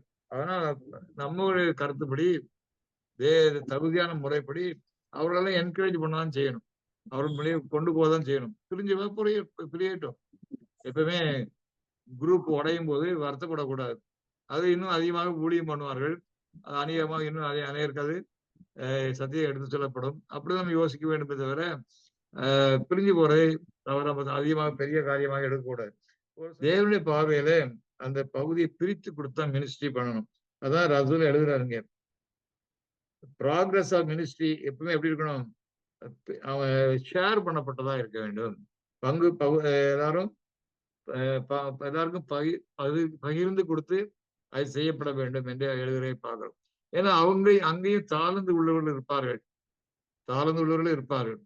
அது மட்டும் சிறந்த தாழ்ந்துனா கிரியை நடத்துவாங்க, அதாவது பேச்சு திறமை உள்ளவங்களா இருப்பாங்க, புரிதலும் விளக்கி கொடுத்தலும் இருப்பாங்க. பிரசங்கம் மட்டும் மட்டும் முக்கியம் இல்லை, விளக்கி கொடுக்கறது அடுத்த காரியம், அது ஒரு தாளந்து இல்லையா? அதை புரியும்படி விளக்குதல். பேசுறவருக்கு புரிஞ்சிருக்கலாம் இல்லையா? ஒருத்தர் ஒரு இடத்துல பேசிட்டு இருக்கும்போது ஒரு எல்லாத்தையும் டிஸ்டிங்ல பாஸ் பண்ண ஒருவர் வந்து வாத்தியாரா போனாருன்னா அந்த பையங்களுக்கு எடுத்து சொல்லி விளக்கும் போது அவர் திறமையோட விளக்க மாட்டாருன்னு சொன்னாரு. எனக்கு வேடிக்கையா இருந்தது. ஏன் இப்படி சொல்றீங்கன்னு கேட்டேன். அவங்களுக்கு படிக்கிறதுல உள்ள கஷ்டங்கள் தெரியாது, புரிகிறதுல உள்ள கஷ்டங்கள் தெரியாது, தங்க லெவல்லே பாடம் எடுத்துட்டே போவாங்க. அநேக அட்டெம்ப்ட் அடிச்சு பாஸ் பண்ணி வந்தவங்க டீச்சரா போனாங்கன்னா அவங்களுக்கு பாடம் புரியறதுக்கு என்ன கஷ்டம்னு தெரிஞ்சு அதை கரெக்டா சொல்லி கொடுப்பாங்க என்று சொல்லிட்டு இருந்தார். எதுக்காக சொன்னாருன்னா, ரொம்ப அதிக மதிப்பெண்கள் பெற்று வரவங்கள ஆசிரியராக தேர்வு செய்கிறது வந்து சரியான காரியமா என்று அவர் தன்னுடைய கருத்துல அதை கூறிக்கொண்டிருந்தார் பார்க்கலாம். இதுல வந்து ஒரு உண்மை வெளி வருகிறது. என்னென்றால், அதிகமாக புரியலாம், புரிஞ்சா மட்டும் போதாது, அதை விளக்கி சொல்ல திறமையே இருக்க வேண்டும். இந்த காரியம்லாம் சிலர்கிட்ட இருக்கலாம், அதை கண்டுபிடித்து அவர்களுக்கு இந்த பொறுப்பை கொடுக்கலாம். சிலர் அழகா எழுதலாம், வெளியாக்கம் பண்ணலாம். இப்படி எல்லாத்தையும் பார்த்து பார்த்து வேலைகளை கொடுத்து பகிர்ந்து கொள்ளும்போது அது ஜாயிண்ட் வெஞ்சர் இல்லையா? ரசல் ஒரு ஜீவன் வாட்ச் டவர் போட்டா கூட அதுல பலர் அதில் எழுதியிருக்காங்க. அவர் மட்டும் தான் எழுதணும்னு சொல்ல முடியும், பலர் எழுதியிருக்காங்க. ஆக அவர் என்கரேஜ் பண்ணி எல்லாம் செய்யறதை பார்க்கிறோம். அப்படிப்பட்ட ஊழியம் பகிர்ந்து கொடுத்து எல்லாருடைய தாளனையும் பெற்று கொண்டு போறதும் சரியான காரியம் என்று வேதாமத்தின்படி நாம் அறிகிறோம். சரியா? சரி, தாவீது ராஜா இவ்விதமாக ஒரு புது வண்டியை உண்டாக்கி அந்த புது வண்டியில காளைகளை பொருத்தி அந்த அதன் மேல அதை ஏற்றி ரொம்ப மகிமையாக கொண்டு வர யோசித்தோம் இல்லையா? அப்போ அந்த காலகட்டத்துல உடன்படிக்கை பற்றி கொண்டு போறதுக்கு வண்டி தான் சிறப்பான காரியம் என்று நினைத்து அவன் புது வண்டியை உண்டாக்கி அதை காளைகளை போட்டு இதை பெலிஸ்தர் தான் பண்றாங்க. அந்த காரியத்தை பெலிஸ்தர் நினைச்சாங்க, மாட்டு வண்டியை உண்டாக்கி அது மாடை போட்டு இதுல அவங்க பூஜாரிகள் சொன்ன கருத்துப்படி பசுமாடு, நீண்ட பசுமாடு, கண்டுக்குட்டியை வீட்டுல கட்டி போடணும், கண்டுக்குட்டியை கூட்டு வரக்கூடாது, இப்படி எல்லாம் சொல்லி அவர்கள் சொன்ன காரியம் கிட்டத்தட்ட அதே காரியம் தான் தாவீது ராஜாவும் செய்யறான். புறஜாதியார் என்ன பண்ணாங்களோ இந்த உடன்படிக்கை பட்டிக்கு அதே காரியத்தையும் செய்யறான் இல்லையா? ஒரு நம்ம கூட நினைக்கலாம், சரிதானே, என்ன தப்பு இருக்குது, அந்த உடன்படிக்கை பட்டி கொண்டு வந்ததுல தவறு இருக்கா என்று யோசிக்கலாம். அதே அவன் செய்யறான். அந்த அந்த இது ஒரு ஆனரபிள் பெஸ்ட் வே என்று யோசித்து தேவனுக்கு ரொம்ப மகிமை கொடுக்குற மாதிரி யோசித்து கொண்டு வரவே பார்க்கிறோம். அப்ப கீரியாத் யாரீம்ல இருந்து எருசலேமுக்கு வண்டி வருது. வரும்போது அது என்ன செய்யுது, திரளான கூட்டங்கள் வருது அவங்களோட இல்லையா? ரிஜாய்சிங் பண்ணி வர்றாங்க. அதுல அந்த மாடு வந்து ஒரு இடத்துல மிரளுது இல்லையா? மாட்டு வண்டி எப்பவுமே ஒன்று போல சீராக ரோட்ல தார் ரோட்ல போயிட்டு இருக்கலாம். அந்த காலங்கள்லாம் தார் ரோட்லாம் இருக்காது, வண்டி பாதைன்றே இருக்கும். அந்த வண்டி பாதையில இருந்து 2 சக்கரம் போறதுக்குள்ள பள்ளம் கிடக்கும். அதே சமயம் பக்கத்துல பாறை இருக்கலாம். இந்த பாறை வந்து ஆழமா உள்ள இருக்கும், மோப்பு மட்டும் வெளியே தெரிஞ்சுக்கிட்டு இருக்கும். இந்த வீல் என்ன செய்யும், சம்டைம்ஸ் வண்டி அது மேல ஏறிதான் இறங்கணும். அப்பெல்லாம் என்ன செய்யும், ஆட்டம் காணும். இப்படி ஆடிட்டு உடன்படிக்கை பற்றி ஆடிட்டு அப்போ அந்த வண்டிக்கு முன்னால போறது வந்து அந்த அவனுடைய அவன் பேர் என்ன, அகியோ தான் முன்னால போய்கிட்டு இருக்கான். அபிநாத்துடைய மகன் அகியோங்க முன்னால போயிட்டு இருக்கான், பின்னால ஊசா வந்துட்டு இருக்கான் இல்லையா? 2 பேருமே லேவியர்கள் தான் இல்லையா? அவன் வளர்ந்துட்டு 70 வருஷம் அங்க இருந்திருக்கு. அவன் சின்ன பையனா இருந்து வளர வரைக்கும் உடன்படிக்கை பற்றி பார்த்துக்கிட்டு தான் இருக்கிறான். அப்ப அபினதாபாங்கிற அப்பா அந்த உடன்படிக்கை செய்கிற காரியங்கள் எல்லாத்தையும் அவன் பார்த்துக்கிட்டு தான் இருப்பான். அவன் லேவியன் என்று சொன்னாலே அவங்க என்ன படிச்சிருக்கணும், நல்லா நியாயபரமான காரியங்கள், இந்த ஒழுங்குமுறைகள், ஆசரிப்பு கூடாரத்தில் உள்ள செய்ய வேண்டிய காரியங்கள் எல்லாவற்றையும் கற்றறிந்திருக்க வேண்டும். ஆனால் கற்றறிந்ததானா இல்லையான்னு தெரியல. அவன் வருகிறான், ஊசா பின்னால வருகிறான். அப்படி வரும்போது அந்த உடன்படிக்கை பெட்டி ஆடிச்சு. ஆடணுன்னே எந்த ஒரு மனிதனுக்கும் நீங்களோ நானோ பக்கத்துல இருந்தா என்ன செய்வோம்? என்ன நிச்சயமா கை நட்டி பிடிப்போம் இல்லையா? கை நட்டி பிடிப்போம். ஏன்னா விழுந்துடக்கூடாது. நிச்சயமா சில சமயம் வில் வண்டியில போகும்போது குழந்தைகளை வச்சுட்டு போகும்போது ஏதோ வண்டி மிரண்டு போச்சுன்னா தாய் அது தகப்பனும் குழந்தைய தங்கள்ட்ட சின்ன குழந்தைகளை உடனே கட்டி பிடிப்பாங்க. ஏன்? அவன் விழுந்துடக்கூடாது, வண்டி விட்டு வெளியே விழுந்துடக்கூடாது என்று கட்டி பிடிப்பாங்க இல்லையா? அது வந்து அனிச்சை செயல். அது ஒரு அனிச்சை செயல். அப்படிப்பட்ட ஒரு அனிச்சை செயல்ல ஊசா என்ன செய்யறான்? கை நீட்டி பெட்டியை தாங்குகிறான். அவன் செய்தது முற்றிலும் சரி என்று நமக்கு தேடும். ஆனா பெட்டி கீழே விழுந்துடக்கூடாது. தேவனுடைய உடன்படிக்கை பெட்டி கீழே விழுந்து விடக்கூடாதுன்னு சொல்லி அவன் அது செய்கிறான். அது தேவனுடைய பார்வையில அது தவறாக காணப்படுகிறது. தேவனுடைய பார்வையில அது தவறாக காணப்படுது. தேவன் அவனை உடனே அடிச்சிடார். அவன் செத்து போனான் என்று பார்க்கிறோம். அந்த ஆர்க் உடன்படிக்கை பெட்டி ஆடிட்டு ஊசா தாங்கி அதை நிலைப்படுத்த பார்க்கிறான். அப்படி பார்க்கும்போது தேவன் அவனை அடித்தார் என்று பார்க்கிறோம். இது எல்லாருக்கும் பெரிய ஷாக் இல்லையா? எல்லாருக்கும் பெரிய ஷாக். இப்ப நம்ம ப்ரொசஷன்ல போயிட்டு இருக்கோம். ஏதாவது சாவு வந்ததுன்னா எல்லாரும் அரண்டுறோம் இல்லையா? எனக்கு ஒரு அனுபவம் உண்டு. 1965 ஹிந்தி எதிர்ப்பு மார்ச்ல ப்ரொசஷன்ல போயிட்டு இருக்கும்போது திடீரென்று சிலர் வெட்டிவிட்டாங்க. மதுரையில் நடந்த காரியம்.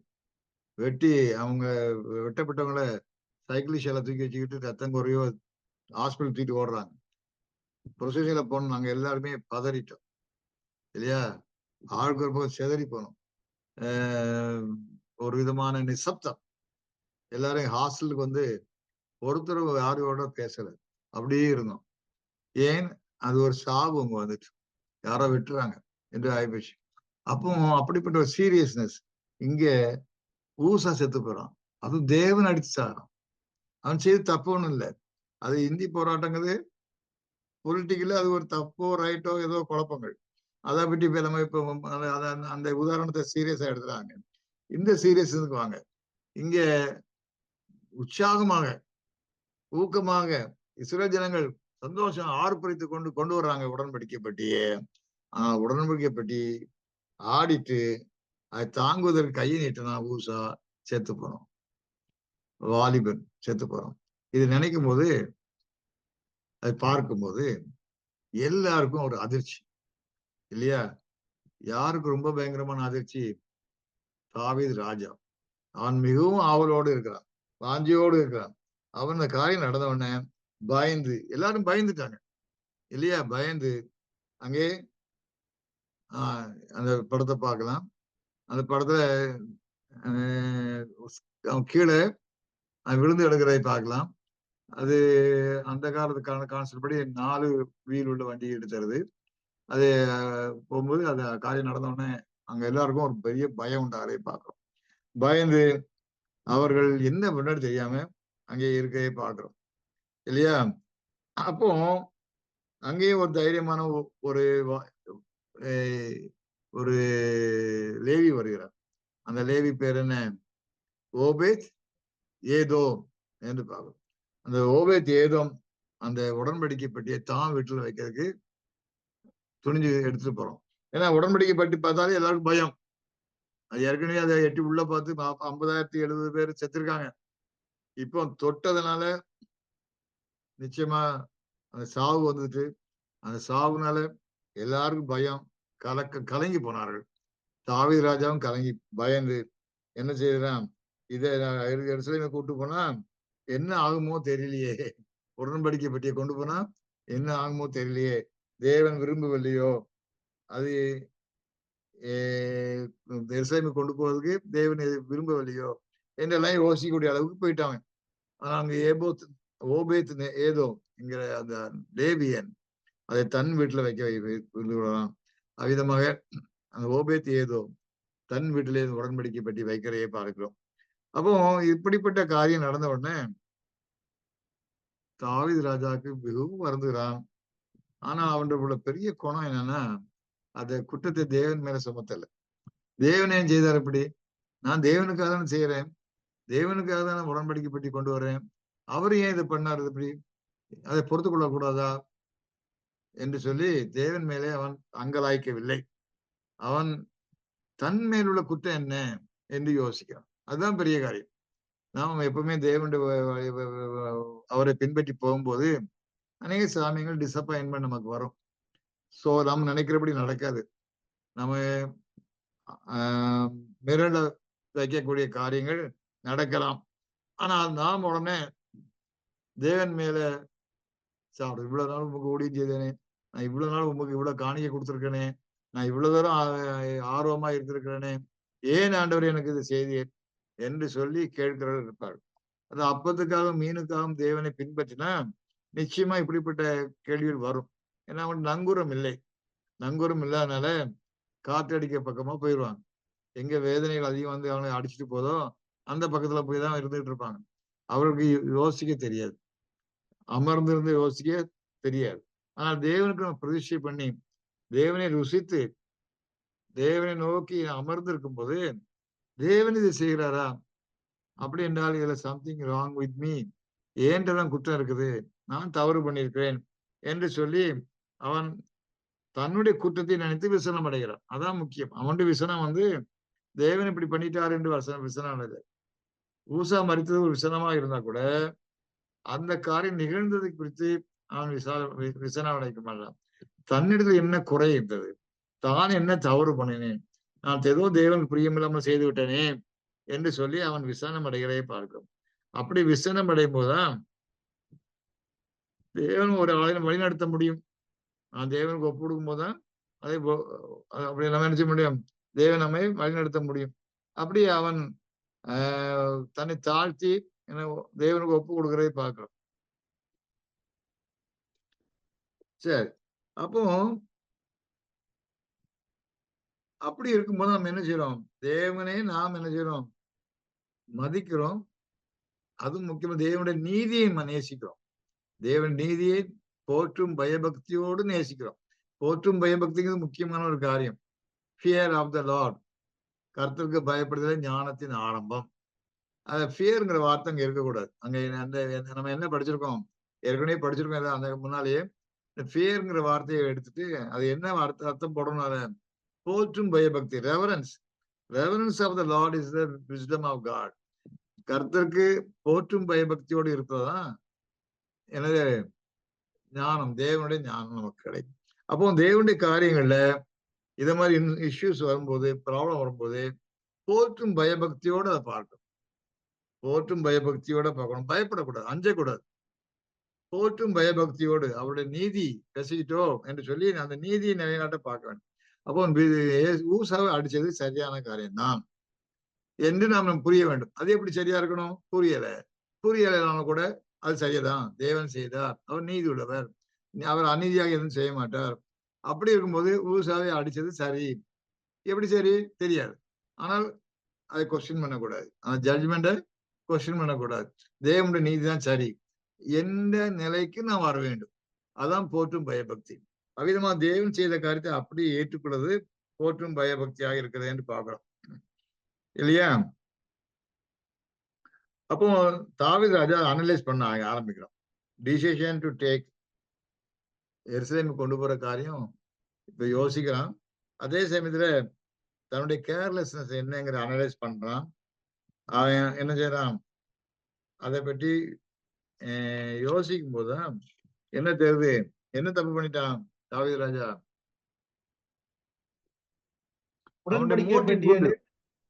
என்ன சொல்றீங்க? உடன்படிக்கை லேவியர்கள் தான் சுமந்து போனோம், வண்டியில சும கூடாது. கௌதம் சொல்றாங்க, கரெக்ட். அதை தோளில் சுமந்து கொண்டு போக வேண்டும், வண்டியில கொண்டு போக கூடாது, இல்லையா? அதை அவன் காண்கிறான். இப்ப அவன் செய்து அவன் தாவீது ராஜா பண்ண காரியம், அதாவது ஊசா பண்ண காரியம், மோட்டிவ் இஸ் குட், உள்நோக்கம் கரெக்ட். ஆனா ரைட் மெத்தடா ஃபாலோ பண்ணல. தோளில் சுமந்து கொண்டு போக வேண்டும் என்று வேதம் சொல்கிறது. அந்த உடன்படிக்கை பற்றிய மூட வேண்டியது யாரு? ஒரு இடத்துல ஒரு இடம் கொண்டு போகும்போது அதை மூடணும். அதை மூட வேண்டிய யார் செய்யணும்? அதை ஆசாரியர்கள் செய்ய வேண்டும். லேவியர்களோட செய்யக்கூடாது. இதெல்லாம் நியாயப்பிரமாணத்துல யாத்திராமலாம் வருகிறது, எண்ணாமத்திலும் வருகிறது. அதாவது எண்ணாமத்துல நிறைய அந்த மார்ச்சை பற்றி வருது. இஸ்ரேல் ஜனங்கள் மார்ச் பண்ணி போன காரியங்கள்லாம் ஒரு பாளையத்துல இன்னொரு பாளையத்துக்கு போன காரியங்கள், அந்த பாளையத்துல இறக்கி வச்சு திரும்ப அந்த கேம்ப் பாளையத்தை தங்கி இருந்தது, திரும்ப கேம்ப்ல இருந்து திரும்ப மார்ச் பண்ணி போனது, இந்த காரியங்கள்லாம் நம்பர்ல எண்ணாமத்துல வருகிறதை பாக்குறோம். சரி, இப்போ இங்க அது எப்படி கொண்டு போக வேண்டும்னு சொல்லும் தேவன் அதுக்கு ஆர்டர் கொடுத்திருக்கிறார். அந்த ஆர்டர்ல அந்த உடன்படிக்கைப்பட்டியை ஆசாரியர்கள் தான் மூட வேண்டும். அந்த ஆசாரியர்கள் மூடிதான் கொண்டு போகணும். ஆனா லேவியர்கள் சுமந்துகிட்டு போகணும். அது என்ன சொல்றாரு? அந்த லேவியர்கள் சுமந்து கொண்டு போகும்போது பெட்டியை தொடக்கூடாது. அவங்க லேவியர்கள் என்ன செய்வாங்க? அதுக்கு 2 போஸ்ட் கொடுத்துருக்காங்க. போல், அந்த மர கம்பு, அது கோல்டு நல்லா மூடி இருக்குது. அதே உடன்படிக்கை பற்றிய 4 வளையங்கள், 2 பக்கமும் 2 வளையங்கள் இருக்குது. அந்த வளையத்துக்குள்ளே சொருகி அவங்க தூக்கிட்டு போகணும். அது எதுக்காக? தூக்குறதுக்கு ஒரு எளிதான ஒரு காரியமா இருக்கலாம். 4 பேர் தூக்கிட்டு போறதுக்கு ஒரு எளிதான காரியம், தோழியை சுமப்பதற்கு. அடுத்தாப்புல மெயின் பாயிண்ட், அதை லேவியர்கள் தொடக்கூடாது. இப்ப லேவியரே தொடக்கூடாது. அங்க ஊசா லேவியன் தான், ஆனாலும் அவனுக்கு தொடுவதற்கு அனுமதி கிடையாது இல்லையா? மற்ற மக்களுக்கு உள்ள எட்டி பார்க்க அதிகம் அனுமதி கிடையாது. ஆக அப்படிப்பட்ட சில நிபந்தனைகள் இருக்கின்றன. இந்த நிபந்தனைகளை அறியாது அங்கே தாவீது ராஜா அதை ஆயத்தம் பண்ணவில்லை. ஊசாவும் அவன் லேவியனா இருக்கும்போது தெரிஞ்சிருக்கணும். அவன் தாவீது ராஜாவுக்கு சொல்லியிருக்கலாம், நீ இப்படிதான் கொண்டு போகணும் அதை என்று சொல்லியிருக்கலாம். அதையும் சொல்லல. அவன் தானும் அறியாதனால செய்துட்டான். அதன் மோட்டிவ் நல்லா இருந்தனால, ஆனாலும் மோட்டிவ் நல்லா இருந்தது, ஆனாலும் அந்த முறை தவறி போயிட்டு. கிறிஸ்தவ ஊழியத்துல நம்ம வந்து ரொம்ப கேர்ஃபுல்லா இருக்கணும். இந்த அரேஞ்ச்மெண்ட் என்று சொல்லி ரசல் எழுதுறார்.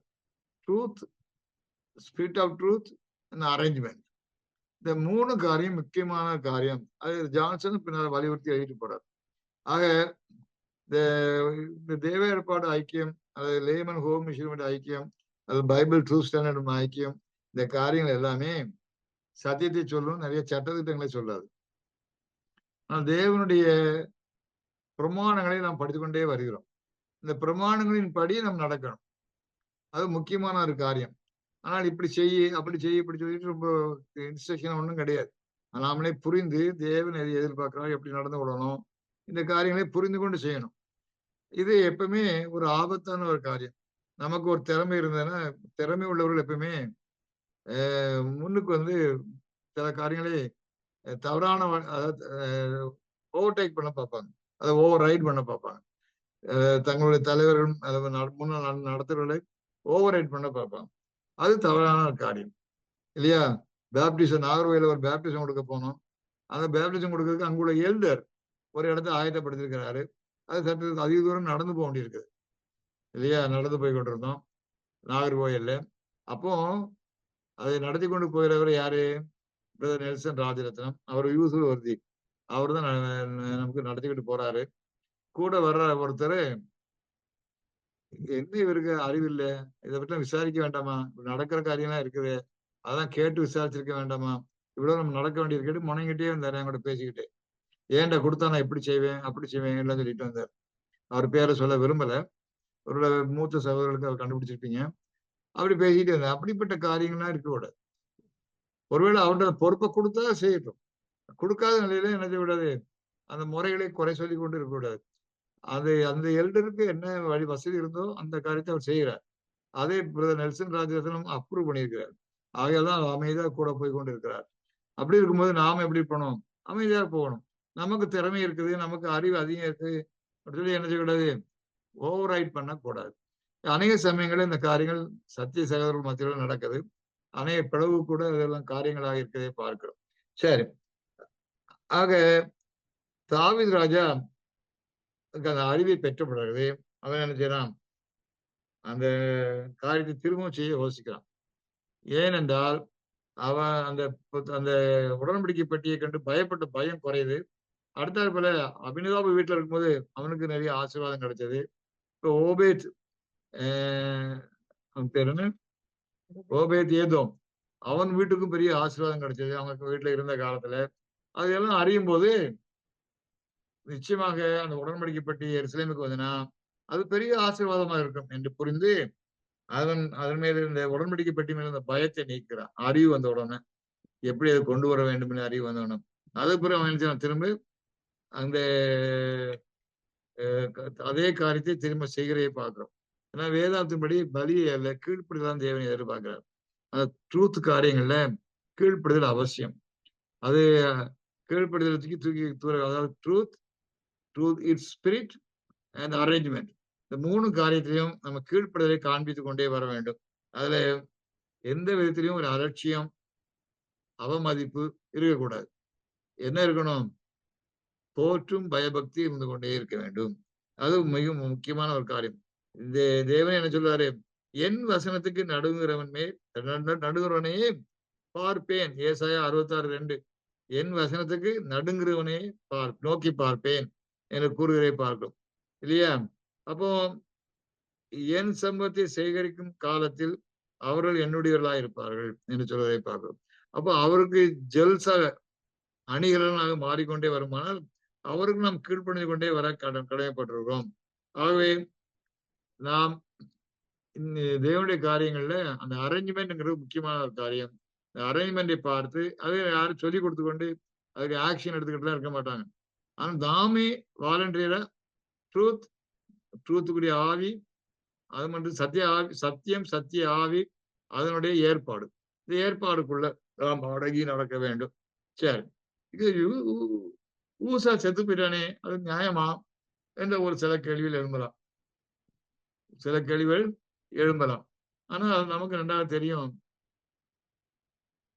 உயிர்ப்பிக்க வல்லவர் ஒரு ஆளை மறிக்க செய்வதில் தவறு ஒண்ணும் இல்லை. நம்ம யாரையும் கொல்ல முடியாது, சாகடிக்க கூடாது.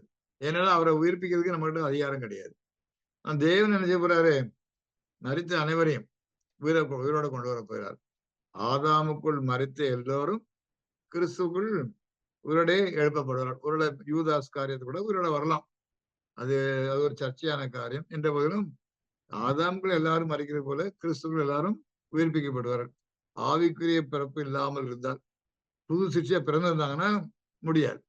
ஆனால் யூதாஸ் காரியத்தை புது சிற்சியா பிறந்துட்டாங்கன்றது ஒரு கேள்வி. ஆக ஒருவேளை யூதாஸ் காரியத்து வரலாம். எல்லாரும் வருவார்கள். நிச்சயமாக ஊசா வருவான். அவன் காட்டின வைராக்கியத்துக்காக தேவனால் நிச்சயமா ஆசீர்வதிப்பார். அவன் நிச்சயமா ஆசீர்வாதம் உண்டு. ஆனாலும் இது ஒரு படிப்பினையாக தேவன் தம்முடைய ஒழுங்கு முறைகளில் ஒழுங்காக நீங்கள் நடந்து கொள்ள வேண்டும். தேவனை வணங்குவதில், தொழுது கொடுவதில் நடந்து கொள்ள வேண்டும் என்ற ஒரு பெரிய பாடத்தை இவ்விதமாக கற்பிக்கிறார். பழைய ஏற்பாடுல எப்பவுமே தண்டனைகள் அதிகம், மரண தண்டனைகள் தான் உண்டு இல்லையா? ஒவ்வொரு காரியங்களையும் படிக்கும் போதும் இதன்படி நீ செய்யலைன்னா மறித்து போவோம், அந்த ஆத்மா ஒண்ணு இல்லாதபடி அறுப்புண்டு போயிடும் என்று எல்லாம் சொல்லுகிறதை பார்க்கிறோம். அப்படி இருந்தா தான் அந்த பிரிசிஷன், அதனுடைய பிரமாணங்கள் பிரிசிஷன் அங்க நமக்கு எடுத்துக்கொண்டு வந்து நமக்கு கொடுக்கப்பட்டிருக்கும். சுவிசேஷ யுகத்தில் அப்படி அல்ல. சுவிசேஷ யுகத்தில் தேவன் நினைக்கிறாரு, களையும் பயிரோடு வளர விடுகிறார் என்று பார்க்கிறோம். அது கடைசிதான் முடிவு வரும் என்று பார்க்கிறோம். சரி, அப்போ மீட்கும் பொருளை கொண்டு எல்லாரையும் அவர் வாங்கியிருக்கனால ஊசாவுக்கு நிச்சயமாக வருவான். அவன் நிச்சயமாக தேவனுடைய ராஜ்யத்துக்குள்ள ஒரு பங்கை பெறுவான் என்று நான் எதிர்பார்க்கலாம். ஆகியால் அதை கவலைப்பட வேண்டியதில்லை. ஆனா அதன் மூலம் ஒரு பெரிய பாடத்தை தேவன் அவர்களுக்கும் அடையாள ரீதியில நமக்கும் கொடுத்திருக்கிறார் என்று பார்க்கும். இன்று வரைக்கும் அவர் ஒரு பாடமாக அதை எடுத்து படித்து கொண்டே இருக்கிறோம் இல்லையா? அனைவருக்கு ஹெல்லுங்கிற கான்செப்ட் நினைக்கிறாங்க. அப்படி இல்லை, மரணம், அதை பற்றி நம்ம போக வேண்டாம். மரணம் தான் முக்கியமா, மரணத்தில்தான் வருவார் என்று பார்க்கிறோம். சரி, அப்போ இந்த உடன்படிக்கை பற்றிய அந்த வாசஸ்தல கொண்டு வருவதற்கு அவன் திரும்பவும் நிறைய ஆட்களை கூட்டிக் கொண்டு போறான், சேனைகளை கூட்டிட்டு போறான். எல்லாரும் ஹோஸ்ட், பெரிய கூட்டமே போகுது, அவன் கூட்டிட்டு வரான். அங்கே அப்ப என்ன செய்றாங்க? பலியிட்டு அதை கொண்டு வர்றாங்க இல்லையா? அந்த சோதர பலியா இருக்கலாம், பலியை இட்டு கொண்டு வர்றாங்க. அது மட்டும் இல்லாமல் இங்க வந்து சேர்ந்த உடனே சர்வாங்க தகன பலி செலுத்துறதை பார்க்கிறோம். இவனும் என்ன செய்யறான்? சணல் நூல் அணித்து கொண்டு போனான்னு சொல்லப்படுறது. மெல்லிய வெண் வஸ்திரம் தரித்து கொண்டு போனான் என்று பார்க்கிறது. அவன் டான்ஸே ஆடினான்னு பார்க்கிறது. மனைவி அவனை கேவலமாக நினைக்கக்கூடிய அளவுக்கு அவன் டான்ஸ் ஆடிட்டு போனான் என்று பார்க்கிறோம். மீகாள் கேவலமா நினைத்தால் அவன் டான்ஸ் ஆடுறத பார்த்து, ஆனாலும் அவள் அதை தாவீது ராஜா பொருட்படுத்தவில்லை. தேவனுக்கு முன்பாக உற்சாகத்துல பெருசலேமுக்குள்ளாக எது வருது? தேவனுடைய உடன்படிக்கை பெட்டி வருகிறது. இந்த ஆராதனை முறைகள் வரப்போகிறது. தேவனுடைய பிரசனம் வரப்போகிறது. இஸ்ரேல் ஜனங்கள் எல்லாரும் யுனைடெட் ஆகி அங்கே ஒரு கட்டுக்குள் வரப்போகிறார்கள். அவர்களுக்கு எல்லாரும் வழிநடத்த போகிறது யாவே தேவன். இஸ்ரேல் ஜனங்களும் தங்களிடத்தில் காணப்பட்ட பலவிதமான தெய்வங்களை தூரதூக்கி போட்டுட்டு இப்போ யாவே தேவனோட வழிபாடுக்கு வருகிறார்கள். இப்படின்னா ஒரே சந்தோஷம் அவனுக்கு. இது சந்தோஷத்துல வருவதை பார்க்கிறோம். ஆக இதனாலே அவன் உற்சாகம் அடைகிறதை பார்க்கிறோம். அவன் சோர்வடைந்த தாவீது ராஜா இப்ப அதிகமாக உற்சாகம் அடைகிறதை பார்க்கிறோம். உற்சாகம் அடைந்து அந்த காரியத்தை செய்கிறான். அப்போ கரெக்ஷன் மெஷருக்காக தேவன் கொடுக்கிற காரியங்களை அது நீதியாக நம்ம என்ன கற்றுக்கொள்ள வேண்டும். அது ஒரு பெரிய பாடம். நீதியாக என்ன கற்றுக்கொள்ள வேண்டும். இது தாவீது ராஜா ஒரு நல்ல முன்மாதிரியாக இருக்க பார்க்கிறோம். அவன் அந்த பெரிய காரியத்தை எவ்வளவு, அதாவது தேவன் மேலே பழிய போடாமல் தானே எல்லாவற்றையும் சிந்தித்து யோசித்து அந்த பொறுப்புடையவனாக திருந்தி வருகிறதை பார்க்கிறோம். அப்போ அந்த லேவியரை ஆயத்தப்படுத்தி லேவியர் தோளில் ஏற்றிக்கொண்டு லேவியர் சுமந்து கொண்டு வருகிறதை பார்க்கிறோம். அப்போ லேவியர் சுமந்து கொண்டு வரும்போது பாதை எப்படி மேடு பள்ளமா இருந்தா கூட சுமக்கும் போது கீழே வராது. ஒருவேளை இப்படி சுமக்கிற காரியங்கள் தான் இந்த சப்பரங்கள் தூக்குற இந்துக்களையும் ரோமன் கத்தோலிக்க காரியங்களும் இருக்கிறதை பார்க்கிறோம். அது அதனுடைய மறுரூபமாக அவர் அந்த பிராக்டிஸ் பண்ணி கொண்டு இருக்கலாம். ஆக இந்த உடன்படிக்கை பெட்டி சுமந்து கொண்டு வருது. அது ஒரு பெரிய ஒரு ஆசீர்வாதமான ஒரு காரியம் என்று பார்ப்போம். இந்த விதமான ஒரு காரியம் அவபக்தியை தூக்கி போடுகிறது. அது மட்டும் இல்லாமல் அலட்சியத்தை தூக்கி போடுகிறது. எல்லாரும் என்ன செய்யறாங்க? தேவனுடைய முறைமை என்ன, பாரம்பரியத்தை தூக்கி போட்டுட்டு தேவ பிரமாணம் என்ன சொல்லுகிறது, தேவனுடைய காரியம் என்னங்கிட்டு அலைன் ஆகுது. இது ஒரு பெரிய காரியம் இல்லையா? தேவனுடைய காரியங்களுக்கு பிரமாணங்களுக்கு நாம் நோக்கி பார்த்து அது என்ன சொல்லுது என்று கவனிக்க வருகிறோம். அந்த விதமான வரும்பொழுது நிச்சயமாக ஒரு பெரிய பிளெஸிங்க எல்லாருக்கும் கொடுக்கிற காரியமா இருக்கிறது.